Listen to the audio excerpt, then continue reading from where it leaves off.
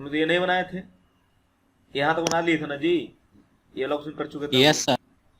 हम लोग, ये वाला ऑप्शन कर चुके थे, ये वाला यहाँ से ये दिया था, इसमें एक्स निकाल चुके थे, है ना। और फिर हम लोग को देखने जा रहे थे कौन सा वाला, ये वाला क्वेश्चन। ये वाला क्वेश्चन करके देखो कैसे होगा। दिया हुआ है H2 plus CO2 gives H2O plus CO। ठीक है, इक्विलिब्रियम पे है ये, इसका K दिया हुआ है 2000 केल्विन में दिया हुआ है इतना। ठीक, अब देखो ध्यान से, सिमिलरली वाटर का जो है डिकम्पोजिशन दिया हुआ है इतना दिया हुआ है, और एक और इसमें दिया 30 दिया हुआ है। तो इस दोनों को जब सॉल्व करोगे तो इसका तीसरा मिल जाएगा तुमको।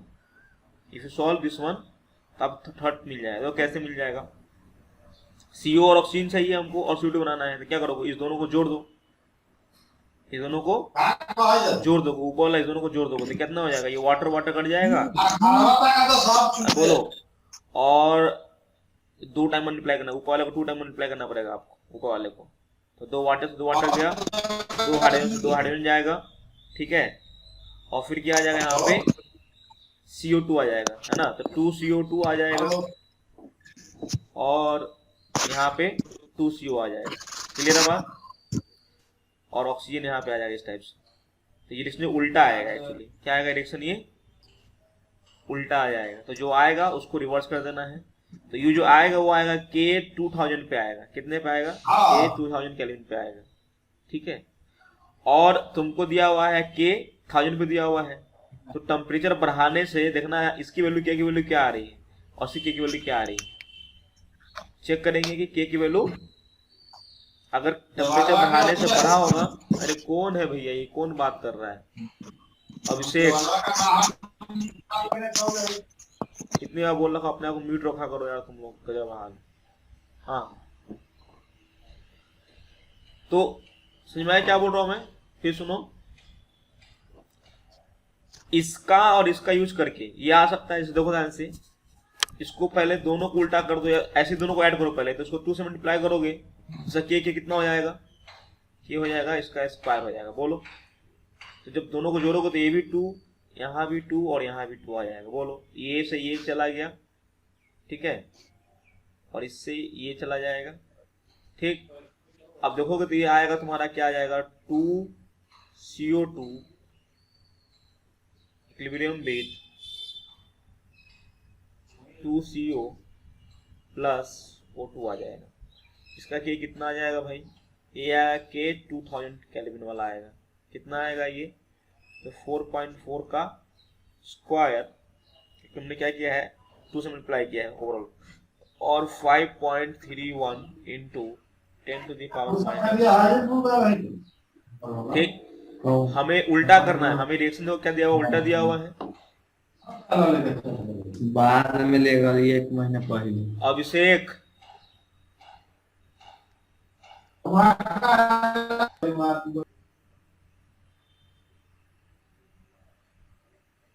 तो K 2000 आएगा हमारा, कितना आएगा K 2000, इस दोनों को यूज करके इतना आ जाएगा। लेकिन जो रिएक्शन दिया हुआ है यहाँ पे जो आएगा वो रिएक्शन, क्या क्वेश्चन क्या पूछा है कि रिएक्शन 3 इज एक्सोथर्मिक और एंडोथर्मिक पूछा है। रिएक्शन 3 जो है वो इस दोनों को मिलाने से बन जाएगा, ये आया, लेकिन हमको उल्टा करना पड़ेगा। रिएक्शन में उल्टा कर दिया, तो उल्टा करोगे तो कितना आएगा, K 2000 जो आएगा वो आएगा 1 में 4.4 का स्क्वायर इंटू में 5.31, वो चलेगा 10 टू द पावर 10 चला जाएगा। ठीक, अब देखो ध्यान से, तो इसको उल्टा करने से जो K आया वो कितना है, इतना है, 10 टू पावर 10 आया। चलो तो मल्टीप्लाई कुछ वैल्यू आएगा, मान लो कितना, 10 टू पावर 10 आ गया।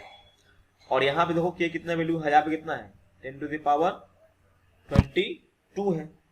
तो दिमाग लगाओ कि 1000 पे जो है इसका K की वैल्यू क्या है, 10 टू पावर 22 है, और 2000 केल्विन में कितना है, 10 टू पावर 10 है। तो क्या हो रहा है यहाँ पे, टेम्परेचर बढ़ाने से क्या हो रहा है, K जो है घट रहा है, मतलब ये कैसा होगा, ये एंडोथर्मिक होगा। बोलो हाँ या ना, बताए थे कि अगर टेम्परेचर बढ़ा रहे हो और K की वैल्यू कम हो रही है, मतलब कैसा होगा, वो एंडोथर्मिक होगा। देखो यहाँ पे लिखा हुआ है क्वेश्चन 3 कैसे आएगा, तो यहाँ पे क्या किया गया है, उल्टा कर दिया गया है। ठीक है, यही किया गया है, K1 का स्क्वायर K2 इंटू इसी का स्क्वायर कितना है 9 इंटू 10 टू पावर 7 आ रहा है। अब देखोगे ध्यान से, तुमको समझ में आएगा यहाँ पे कि वहां के की वैल्यू कितनी थी, यहाँ जो के की वैल्यू आ रही थी वो 2 × 10⁻24 आ रहा है, और यहाँ के कितना के की वैल्यू आ रही है 2000 पे 9.7 × 10⁻7 आ रहा है। इसका मतलब कहने का ये है कि हमने जब टेम्परेचर बढ़ाया, जब 1000 पे था केल्विन पे, तब 22 आ रहा था, मतलब इतना वैल्यू आ रही थी। अब जब 2000 पे किया तो कितना आ रहा है भैया, ये 9.7 × 10⁻7 आ रहा है। मतलब कहने का यह है कि टेम्परेचर बढ़ा रहे हो तो के घट रहा है, और के घटने का मतलब क्या है कि वो एंडोथर्मिक रिएक्शन है। क्लियर है बात? बोलो, तो वो क्लियर है यहाँ तक? लाक्षी, गुप्ता, यस सर। समझ में आया? जिस ऊपर बताया था तुम लोग को टेम्परेचर वाला कहानी, याद होगा कि टेम्परेचर बढ़ाने से क्या होता है। देखो ध्यान से, यहाँ पे बताया तुम लोग को टेम्परेचर बढ़ाने से, घटाने से, ये वाला चीज बताया थी इस बात को, ये वाला याद करो,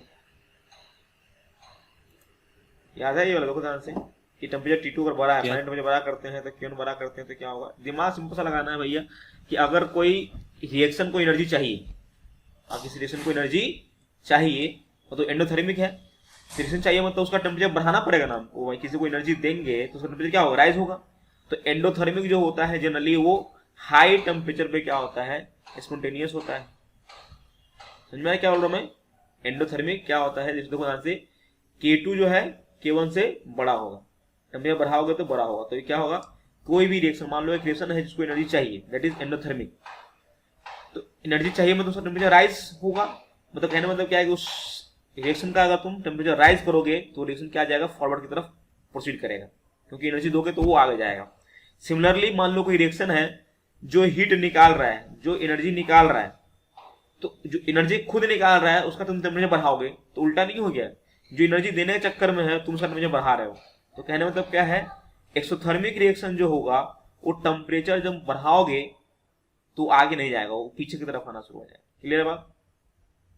मतलब टेम्परेचर बढ़ाने से एक्सोथर्मिक रिएक्शन जो है वो प्रोसीड नहीं करेगा फॉरवर्ड, वो बैकवर्ड की तरफ प्रोसीड करेगा, क्योंकि वो खुद एनर्जी निकालने जा रहा है और तुम खुद टेम्परेचर बढ़ा रहे हो। तो एक्सोथर्मिक के लिए अगर तुम टेम्परेचर बढ़ाते हो, एक्सोथर्मिक के लिए टेम्परेचर तुम बढ़ाते हो तो रिएक्शन जो है प्रोसीड नहीं करेगा। मतलब जो पहला K1 था वो ज्यादा होगा, K2 कम हो। लेकिन वही एंडोथर्मिक की बात करें तो क्या हो जाएगा, एंडोथर्मिक में तुम टेम्परेचर बढ़ाओगे, ठीक है, क्योंकि उसकी एनर्जी चाहिए तो रिएक्शन प्रोसीड करेगा आगे, तुम्हारा जो इक्विलिब्रियम कांस्टेंट है वो शिफ्ट हो जाएगा, इक्विलिब्रियम स्टेट जो है वो शिफ्ट कर जाएगा आगे की तरफ। क्लियर बात? क्योंकि हाई टेम्परेचर पे जो एंडोथर्मिक है वो आगे की तरफ प्रोसीड करता है, इसलिए तुम्हारा जो इक्विलिब्रियम स्टेट है हाई टेम्परेचर पे वो आगे शिफ्ट कर जाएगा। सिमिलरली बोले कि एक्सोथर्मिक कोई रिएक्शन है, टेम्परेचर बढ़ाओगे तो उसका जो केमिकल इक्विलिब्रियम है वो पीछे चला जाएगा। ठीक है, इसके बारे में लीक चार्ट से पढ़ेंगे तो और डिटेल में पढ़ेंगे, कोई दिक्कत नहीं। सर एक चीज पूछना था। हाँ पूछो। सर जैसे 2-4 इक्विलिब्रियम कांस्टेंट दिया हुआ, हाँ ठीक है, तो 2-4 जैसे इक्विलिब्रियम कांस्टेंट अगर हमारा दिया हुआ है तो पूछ रहा, मतलब उसमें क्वेश्चन पूछा गया कि इक्विलिब्रियम कांस्टेंट को मतलब अटेन करने में सब मतलब मैक्सिमम समय किस में लगा होता है, ये वाला कैसे निकलेगा? K1 K2 K3 दिया हुआ है, ठीक है ना, इक्विलिब्रियम सबसे समय किसमें लगेगा? यस सर, अटेन नहीं, करने में नहीं बता सकते उसको। मैंने कल ही बताया था आप लोग को कि टाइम हम नहीं बता सकते। इक्विलिब्रियम कांस्टेंट देख के we can't find the time कि कौन कितना जल्दी करेगा। लिखवाया था ऊपर ही पॉइंट में था, कैरेक्टरिस्टिक लिखवाया था ना कि कितना जल्दी अटेंड करेगा, वो वी कांट से दैट कि कितने टाइम में करेगा। हाँ, कहाँ पे होगा, कितना परसेंटेज होगा, रिएक्टेंट है कितना परसेंटेज प्रोडक्ट का, वो बता सकते हैं हम लोग, रेशियो बता सकते हैं प्रोडक्ट रिएक्टेंट का। लेकिन तुम कुछ और क्वेश्चन ढंग से देखो, कुछ और लिखा हुआ होगा। सर अभी ये वाला क्वेश्चन तो एक्सोथर्मिक होना चाहिए ना, हाँ, क्योंकि इसमें T2 बड़ा है T1 से। एक्सोथर्मिक ही लिखा हुआ है देखो। हाँ। तो टेम्परेचर बढ़ाने से क्या हो रहा है, के घट रहा है। टेम्परेचर बढ़ाने से अगर के बढ़ता मतलब वो एंडोथर्मिक है, क्योंकि वो एंडो में एनर्जी देना है, तो एनर्जी दो या उसका टेम्परेचर बढ़ा दो, बात तो सेम ही है ना जी, बोलो है ना। एनर्जी दो या उसका टेम्परेचर बढ़ा दो तो फटफट आगे भाग के जाएगा। आगे भाग के जाएगा तो क्या होगा, प्रोडक्ट का अमाउंट ज्यादा होगा, रिएक्टेंट का अमाउंट क्या होगा, कम होगा। तो प्रोडक्ट का अमाउंट ज्यादा होने और रिएक्टेंट का अमाउंट कम होने का मतलब क्या होगा, के की वैल्यू बढ़ जाएगी। के की वैल्यू क्या होती है, उसी का रेशियो होता है ना जी। तो प्रोडक्ट का अमाउंट ज्यादा होगा, रिएक्टेंट का अमाउंट क्या होगा, कम होगा, तो के की वैल्यू बढ़ जाएगी। सिंपल सा बात है। अच्छा मान लो कोई एक्सोथर्मिक रिएक्शन है, वो एनर्जी निकालना चाहता है और तुम उसको एनर्जी देना चाहोगे, तो वो पीछे भाग के जाएगा एनर्जी, क्योंकि एनर्जी देने से वो पीछे बैकवर्ड की तरफ आएगा, रिवर्स होना चाहेगा वो। तो अगर तुम एनर्जी टेम्परेचर बढ़ाते हो तो वो पीछे की तरफ आना चाहेगा, जब पीछे की तरफ आएगा तो क्या होगा, प्रोडक्ट का अमाउंट क्या होगा, कम होगा, और रिएक्टेंट का अमाउंट क्या होगा, ज्यादा होगा। तो रेशियो क्या आएगा, कम आएगा। रेशियो कम आएगा मतलब के की वैल्यू क्या हो जाएगी, हाई टेम्परेचर पे कम हो जाएगी। ठीक है, चलिए ये तो तुम्हारा हो गया लेक्चर 5 तक हम लोग पढ़े, एक लेक्चर पीछे चल रहे हैं हम लोग। हाँ बोलो सर। जैसे एक बार मतलब क्वेश्चन मतलब दिया हुआ है K1 का वैल्यू, K2 और K3 का वैल्यू, K4 का, तो उसमें मतलब पूछ रहा था कि which reaction will be maximum time to attain equilibrium। which reaction will take, question मेरे को सेंड करना, ठीक है, व्हाट्सएप पे मेरे को भेज देना है, ठीक है। Okay sir. चलिए अब बात करते हैं नेक्स्ट। लेक्चर 5 हो चुका है, लेक्चर 5 लिखा हुआ है, पीछे चल रहा है, थोड़ा सा हम लोग स्लो चल रहे हैं, कोई दिक्कत नहीं। चलिए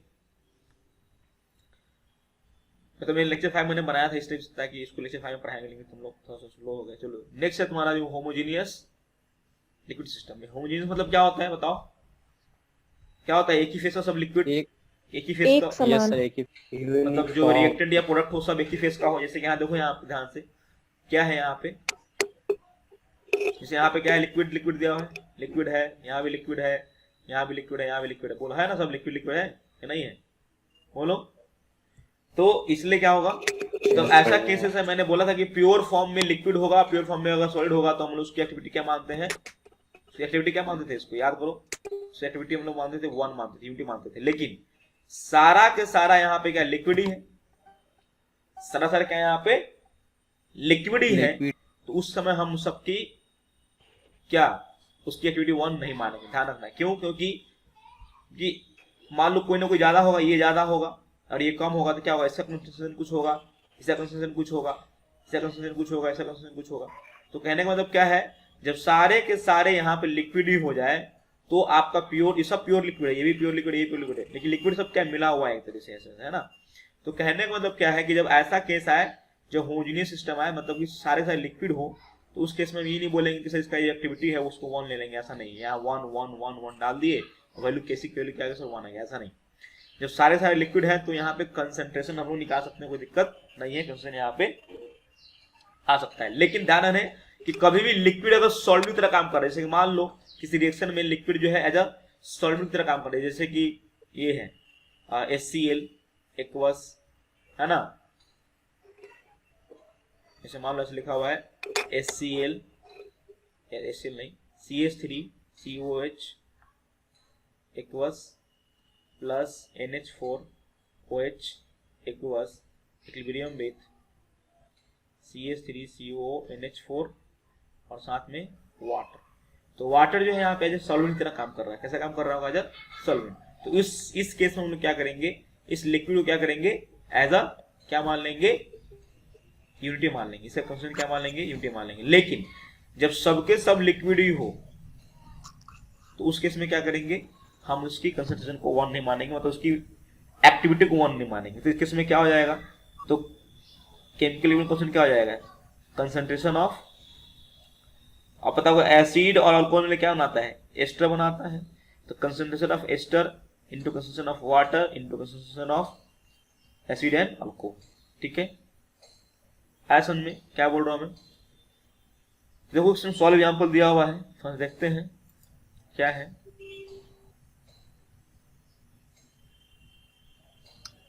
चलिए देखिए ध्यान से, जैसे कि देखो इन एक्सपेरिमेंट स्टार्टिंग विद वो वाला जैसे मतलब, हाँ सर हाँ बोलिए। जैसे एक मिनट, जब अगर मतलब लिक्विड में अगर हमारा होमोजेनियस मतलब दिया रहेगा तो उसके मतलब किसको 1 मानेंगे, उसके कंसंट्रेशन को 1 मानेंगे क्या? नहीं नहीं नहीं नहीं नहीं, सारे के सारे लिक्विड दिया हुआ है तो उसमें तो हमको कंसंट्रेशन 1 मानने से रहे। कंसंट्रेशन 1 प्योर लिक्विड या प्योर सॉलिड का मानते हैं, कब, जब हेटेरोजीनियस इक्विलिब्रियम होगा तब। समझ में आ रहा है क्या बोल रहा हूं, हेटेरोजीनियस इक्विलिब्रियम में अगर प्योर लिक्विड है, वहां पे क्या होता है कि वो एज अ सॉल्वेंट काम करता है, क्या काम करता है, एज अ सॉल्वेंट। और उस केस में क्या होता है, उसका कंसंट्रेशन क्या होता है, चेंज नहीं होता है। ठीक है, तो कंसंट्रेशन चेंज नहीं होगा तो उसको एक्टिव क्या बोलेंगे, एक्टिव मास होनी बोलेंगे। ठीक, बोला कि एक्सपेरिमेंट जो स्टार्ट किया गया कितने से, 1 मोल से इथाइल अल्कोहल से और 1 मोल एसिटिक एसिड स्टार्ट किया गया है। और बोला गया and 1 mole of water at T equilibrium, और 1 मोल पानी भी लिया गया मिक्सचर पे। ऑन एनालिसिस शोज दैट कितना दिया हुआ है, 54% of the acid is acidified, मतलब एस्टरिफाइड बोला गया है। बोला गया है कि जब टेम्परेचर T पे उसको मिलाया गया तो देखा गया कि 54.3% जो है एसिड जो है एसिडिफाइड कर गया, मतलब इसमें जितना मोल हुआ उसका 54.3% क्या हो गया, एसिडिफाइड हो गया। Calculate the equilibrium constant of the reaction, इनको से निकालना है। तो क्या होगा, इनिशियली कितना मोल था, T = 0 पे कितना था, 1 मोल, इसका कुछ नहीं था, इसका पानी का 1 मोल लिए हुए थे, ठीक। अच्छा T में क्या हो जाएगा, 1 माइनस एक्स, ये भी 1 माइनस एक्स, और ये क्या बन जाएगा, x बन जाएगा। और पहले से 1 था तो एक x और आ जाएगा, इसका 1 मोल जाएगा, इसका 1 मोल जाएगा तो इसका 1 मोल बनेगा, इसका 1 मोल बनेगा, यही था ना जी। इसका x मोल जाएगा तो इसका भी x मोल जाएगा, इसका x मोल बनेगा, इसका x मोल बनेगा। पहले से 1 मोल था तो कितना हो जाएगा, 1 प्लस x हो जाएगा। बोलो होगा कि नहीं होगा? यस। हाँ चलिए नेक्स्ट। अब x की वैल्यू क्या है, परसेंटेज में दिया हुआ है ना जी, तो क्या फ्रैक्शन नहीं निकाल सकते, पूरा मोल कितना, 1 ही मोल है, तो 1 का इतना परसेंट कितना होगा बताओ, 54% कितना होगा, वही हो जाएगा, कितना हो जाएगा, अरे बोलो। 0.543 सर हो जाएगा। इतना मोल क्या हो गया, बोला कि टूटा है, एस्टरिफाइड, इतना एस्टरिफाइड हो गया, मतलब इतना मोल टूट गया होगा, इतना मोल से टूट गया होगा, और इतना x इतना होगा तो ये भी x इतना ही होगा, x इतना बनेगा और इतना बनेगा। बोलो हाँ, यहाँ देखो दिया भी हुआ है कि 54.3% ऑफ 1 मोल कितना हो जाएगा, देखो इतना मोल हो जाएगा। क्लियर है बात? तो हेंस x कितना हो गया, इतना हो गया। तो अब उससे Kc कितना होगा यहाँ, तो एस्टर का कंसंट्रेशन, वाटर का कंसंट्रेशन, एसिड का, अल्कोहल का। समझ में आ रहा है बात? उसको सॉल्व करने से कितना आंसर आया तुम्हारा, 4 आया। Kc कितना गया यहाँ से, क्लियर है बात? और बोलो, तो तुमको यहाँ पे x की वैल्यू किसी भी तरीके से निकालना होता है, कभी दिया रहेगा, कभी कुछ और दिया रहेगा, कभी इक्विलिब्रियम कांस्टेंट दे देगा, बोलेगा x निकालो, कितना मोल टूटा, पूछा कि इक्विलिब्रियम कांस्टेंट दिया हुआ, बताओ इक्विलिब्रियम टाइम पे इसका कांस्टेंट कितना होगा, इसका कांस्टेंट कितना होगा, इस टाइप से कुछ दिया रहेगा यहाँ। क्लियर है बात? आया समझ में क्या बोल रहा हूँ मैं? चलिए नेक्स्ट। Yes sir. नेक्स्ट चलते हैं।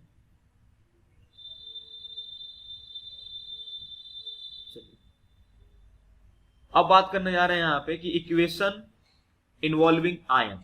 इक्वेशन जो है अगर आयन इन्वॉल्व हो, जैसे कि सपोज करो कि पानी में Ag प्लस है और Cl माइनस। तो हम बचपन से क्या पढ़ते आए हैं कि AgCl मिलेगा, फटाक से क्या हो जाएगा, क्या हो जाएगा, AgCl बन के नीचे बैठ जाएगा, ये बोल पढ़ते आए हैं, दिस इज प्रिसिपिटेशन इसमें पढ़ते आए हैं। लेकिन क्या होता है कि AgCl क्या है, एक वीक इलेक्ट्रोलाइट। AgCl क्या है, वीक इलेक्ट्रोलाइट। इसको जब पानी में डालोगे तो ये क्या करता है, थोड़ा थोड़ा Ag प्लस और थोड़ा थोड़ा Cl माइनस बनाता है, ठीक है। तो ये ऐसा होता है, इधर से इधर जाना बड़ा फास्ट होता है, Ag plus ion Cl minus ion का फास्ट होता है। लेकिन AgCl को पानी में डालोगे तो वो भी थोड़ा थोड़ा क्या करता है, Ag प्लस और Cl माइनस टूटता है, मतलब इक्विलिब्रियम टूटता भी बनता भी है ना, क्योंकि this is weak electrolyte. Generally ionic equilibrium पढ़ेंगे तो वहां पे हम लोग इसी बारे में पढ़ेंगे, आयनिक इक्विलिब्रियम में आयंस का इन्वॉल्वमेंट होता है। तो यहाँ पे इसका झलक देख लेते हैं क्या है। Equation involving ions, equilibrium involving ions always take place in aqueous medium. ध्यान से क्या बोल रहा है कि कभी भी आयंस में इक्विलिब्रियम होगा तो हमेशा किस में होगा, वो एक्वस मीडियम में होगा, क्योंकि पता है कि आयन जो हो एक्वस मीडियम में ही रहता है। गैसेस फेस में तो देखा होगा बहुत ही हाई एनर्जी का रहता है वो, ठीक है। तो in case expression of Kc concentration of ion is taking. अब इस केस में क्या होगा, सिर्फ कंसंट्रेशन, जैसे ये क्या है AgCl, क्या होगा, ऐसा होगा डब्बे में होगा तो कुछ AgCl डालेंगे तो क्या होगा, यहाँ पे कुछ AgCl यहाँ कोने बैठा रहेगा, तो यही ना इसमें से कुछ निकल के Ag प्लस बनेगा और कुछ Cl माइनस बनेगा। बोलो हाँ या ना? तो ये तो जो है वो तो सॉलिड फेस बनाएगा, टुकड़ा रहेगा ना जी। ये तो ऐसा AgCl क्या रहेगा, एक टुकड़ा रहेगा ऐसा, इसमें से कुछ टूट गया तो ये Ag प्लस और Cl माइनस बन गया, तो क्या बचा हुआ का जो कंसंट्रेशन था वो तो सेम ही रहेगा, बदलेगा तो नहीं। तो इसमें क्या होता है कि सिर्फ हम लोग किसका कंसंट्रेशन लेते हैं, सिर्फ और सिर्फ आयन का लेते हैं कंसंट्रेशन। क्लियर है बात? जैसे कि बात करें, इसकी बात करें इस टाइप रिएक्शन दिया हुआ है कि Ag plus Cl minus equilibrium with AgCl, यहाँ सॉलिड क्यों लिखा हुआ है, क्योंकि ये प्रिसिपिट होता है।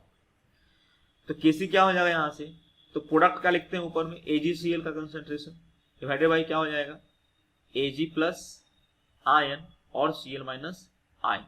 अब पता है कि ये सॉलिड है, मैंने बता रखा है, तो क्या होगा सेफ्टी मास क्या होगा 1 हो जाएगा, डिवाइडेड क्या हो जाएगा यहाँ से concentration of Ag plus concentration of Cl minus. बोलो आया समझ में? अरे बोलो हाँ या ना, क्लियर है बात सबको? Yes sir. ये समझ में आया, होमोजेनियस समझ में आ गया, कोई दिक्कत है यहाँ पे? अब बात करते हैं हेटेरोजेनियस की बात। हेटेरोजेनियस में क्या होगा कि आप देखोगे कि फॉर सॉलिड, मैंने पहले आप लोग बता चुका हूं मैं कि for solid and pure liquid, अभिषेक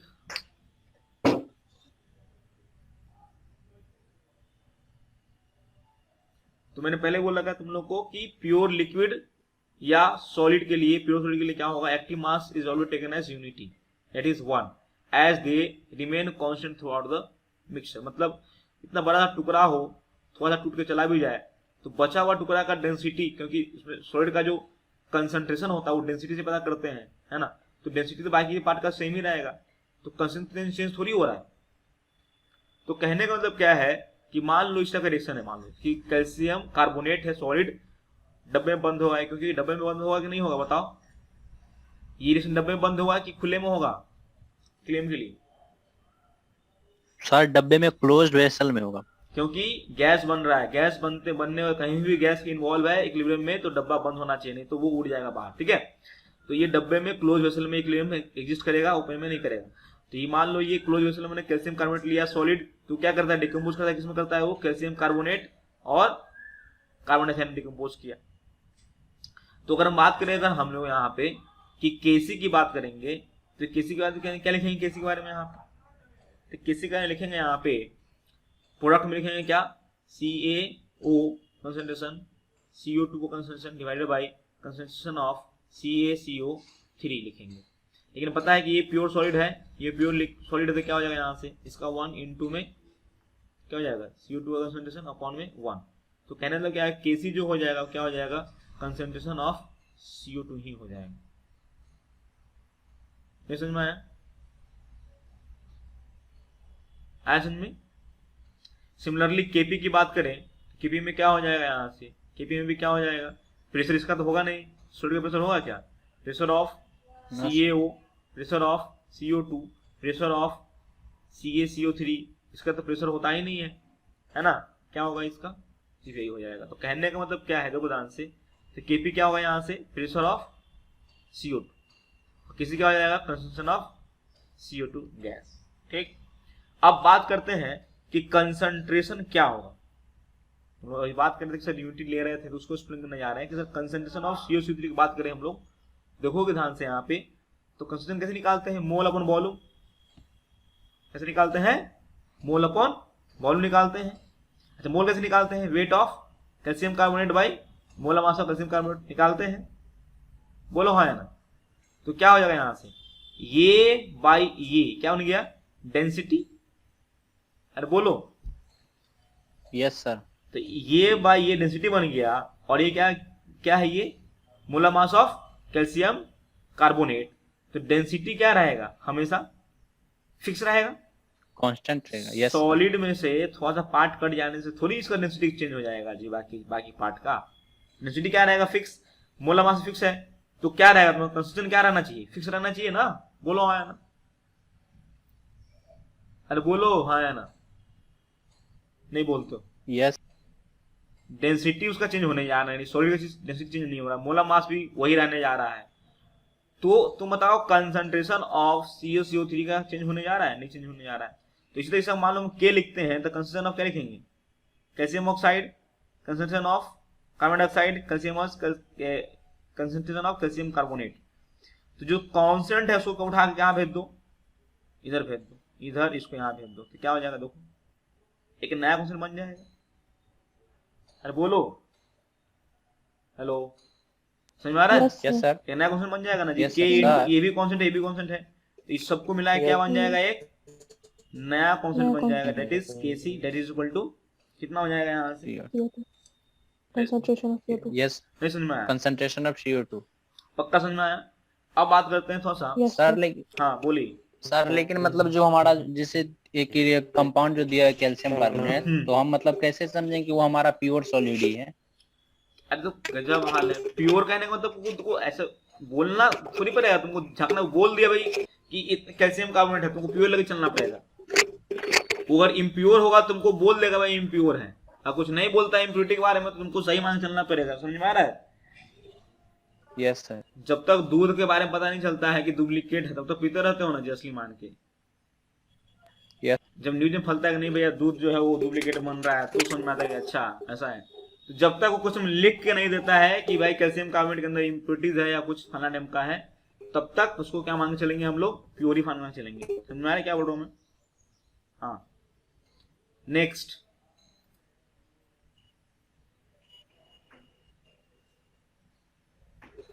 चलिए लगे ध्यान से। जैसे फिजिकल इक्विलिब्रियम है, जैसे कि हमने बात की थी, इक्विलिब्रियम जो होता है वो केमिकल भी होता है, बताया तुम लोग को, और फिजिकल भी होता है। फिजिकल में क्या, फिजिकल प्रोसेस होता है इक्विलिब्रियम में, और केमिकल में क्या होता है, केमिकल Yes, sir. होता है। तो फिजिकल में बात करें जैसे वाटर, लिक्विड और वाटर गैस, जैसे डब्बे में देखा होगा तुम लोग कि वाटर बोतल तुम क्लास घर में रूम में छोड़ दो तो क्या होता था, याद है? यहाँ वेपर बनता था, यहाँ पे वेपर बंद कर दोगे यस सर। यहाँ ड्रॉपलेट बनता है, तो ये उड़ता भी है। तो शुरू में क्या होगा, शुरू में जब ढक्कन बंद खुला हुआ था सारा वेपर उड़ रहा था, ये ढक्कन बंद कर दोगे तो क्या होगा, धीरे धीरे वेपर यहाँ पे उड़ना शुरू करेगा, और तो शुरू में रेट क्या होगा उड़ने का, एवपोरेशन का रेट ज्यादा होगा। ठीक है, जैसे यहाँ पे वेपर बढ़ जाएगा तो क्या होगा, वापस से कंडेंस करना शुरू कर देगा। ठीक है, तो जब एवपोरेशन का रेट और कंडेंसेशन का रेट क्या हो जाएगा, सेम हो जाएगा, तो क्या होगा, यहाँ पे क्लेम बन जाएगा। बोलो हाँ है ना? तो लिक्विड से गैस में Yes, जाने sir. का उसको बोलते हैं एवपोरेशन, उल्टा आने से क्या बोलेंगे, कंडेंसेशन। तो जो एवपोरेशन और कंडेंसेशन का रेट क्या हो जाएगा, सेम हो जाएगा, तो क्या बोलेंगे हम लोग इसको बोलेंगे कि दिस इज फिजिकल इक्विलिब्रियम। बोलो हाँ है? तो इसकी भी बात कर लें, इसका भी अगर हम केपी या केसी लिखना बैठे तो केसी लिखेंगे, क्या लिखेंगे, तो concentration of H2O gas divided by concentration of H2O liquid. अब क्योंकि ये क्या है, हेटेरोजेनियस है, ये लिक्विड है ये गैस है, तो क्या मैंने क्या बताया था कि प्योर लिक्विड का क्या हो जाता है कंसंट्रेशन, क्या मानते हैं, 1 मानते हैं उसका 1, एक्टिविटी क्या मानते हैं उसका 1 मानते हैं। तो एक्टिविटी 1 मानते हैं तो क्या हो जाएगा, यहाँ से क्या होगा, कंसंट्रेशन ऑफ जो वाटर लिख रहे हैं तो वो नहीं लिखेंगे। सिमिलरली अगर केपी लिखे तो क्या हो जाएगा, प्रेशर ऑफ, समझ में आ रहा है, H2O गैस डिवाइडेड बाय, तो जो प्रेशर जो आता है H2O गैस, अब देखो ध्यान से मैंने क्या बोला था, केपी जो है किस पे डिपेंड करता है, ओनली ऑन टेम्परेचर, याद है? बोला था केपी और KC only depend upon temperature. Temperature. अब ये टेम्परेचर पर डिपेंड करता है, और ये किसके बराबर है, प्रेशर ऑफ H2O के बराबर है। बोलो हाँ है ना? बोलो। तो प्रेशर ऑफ H2O जो है क्लोज वेसल में, इनडायरेक्टली कहने का मतलब क्या है, अगर ये टेम्परेचर बदलेगा तभी ये बदलेगा। ये और ये दोनों क्या है, सेम है।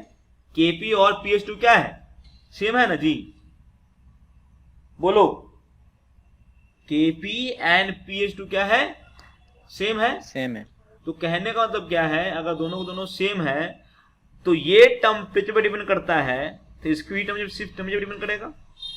बोलो, Kp अगर ओनली डिपेंड अपॉन टेम्परेचर, तो pressure of that liquid at equilibrium is only depend upon temperature.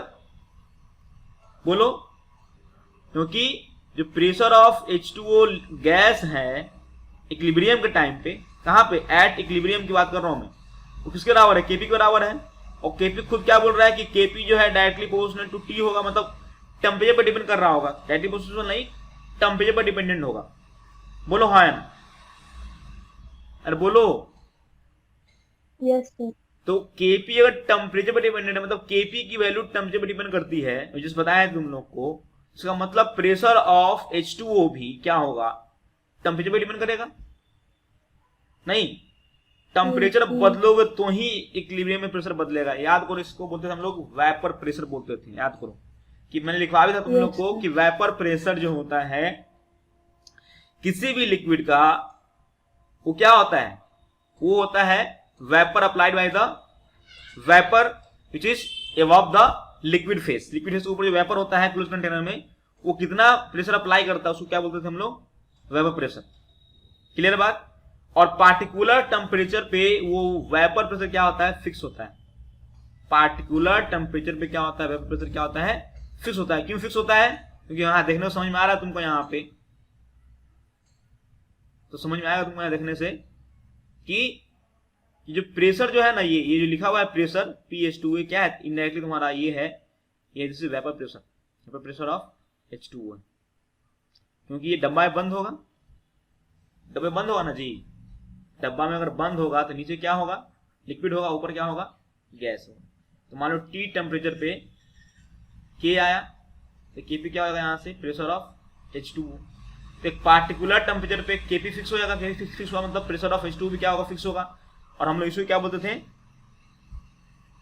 Vapour pressure बोलते थे। ठीक है, तो कहने का मतलब क्या है कि लिक्विड में या किसी भी लिक्विड की बात करें तो लिक्विड और गैस जब इक्विलिब्रियम बनाता है, ध्यान सुनिएगा, जब लिक्विड और गैस इक्विलिब्रियम बनाता है किसी क्लोज वेसल में, तो जो प्रेशर आता है यहाँ पे, दिस इज द प्रेशर, वो क्या होता है, this is the vapour pressure. जो प्रेशर ऑफ वो गैस होगा या कोई भी लिक्विड का जो प्रेशर होगा वहां पे, उसको क्या बोलेंगे, वेपर प्रेशर बोलते हैं उस डेट लिक्विड का। और vapour pressure directly proportional to temperature होता है, क्योंकि पता है टेम्परेचर बढ़ाओगे तो लिक्विड क्या होगा, गैस में कन्वर्ट होगा कि नहीं होगा।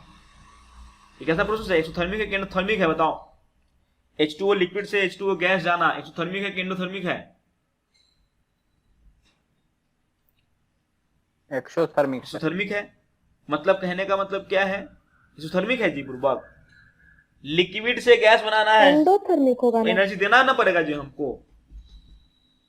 लिक्विड से गैस बनाने के लिए एनर्जी हमको देना पड़ेगा, मतलब दिस इज एंडोथर्मिक। और एंडोथर्मिक में क्या होता है, टेम्परेचर बढ़ाओगे तो इक्विलिब्रियम कांस्टेंट बढ़ता है। बढ़ेगा। T अगर बढ़ाओगे तो K भी बढ़ेगा, बोलो K बढ़ेगा, और K बढ़ेगा तो प्रेशर ऑफ लिक्विड भी क्या हो जाएगा, वो भी बढ़ेगा बढ़ेगा ना। मतलब समझ में आ रहा है, मतलब कहने का तो क्या है कि वेपर प्रेशर ऑफ लिक्विड है वो क्या होगा, वो बढ़ेगा अगर आप टेम्परेचर बढ़ाते हैं तो। ठीक है, चलिए यहाँ तो समझ में आ गया। चलिए एक एग्जाम्पल है, देखते हैं फटाफट, कोई जल्दी से एग्जाम्पल को। क्या है क्वेश्चन, देखो ध्यान से। In a reaction C plus CO2 give 2CO, है ना, एट इक्विलिब्रियम प्रेशर कितना है 12 atm, ये 50% ऑफ CO2 रिएक्टेड, 50% रिएक्ट किया है, फाइंड Kp।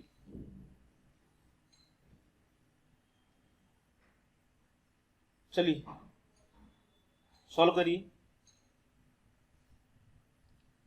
सॉल्व करो और फिर 5 मिनट के अंदर मैं इसको लॉग आउट करता हूं।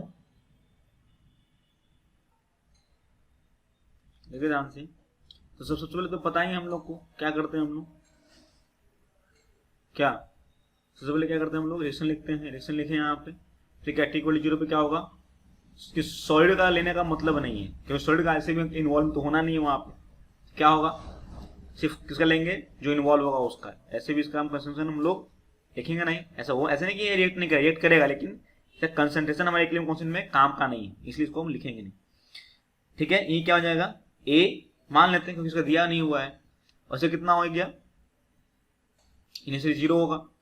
तो T के पे क्या होगा, A माइनस A/2, ये कितना बनाएगा, ये 2A बनाएगा। अब क्यों बोला A/2 बोला इसने, क्योंकि बोला है कि if 50% ऑफ CO2 रिएक्ट बोला है, इसलिए हमने क्या लिया यहाँ A/2 लिया। जब A/2 बनेगा उसका डबल बनेगा, ये कितना हो जाएगा, 2 करके A बन गया।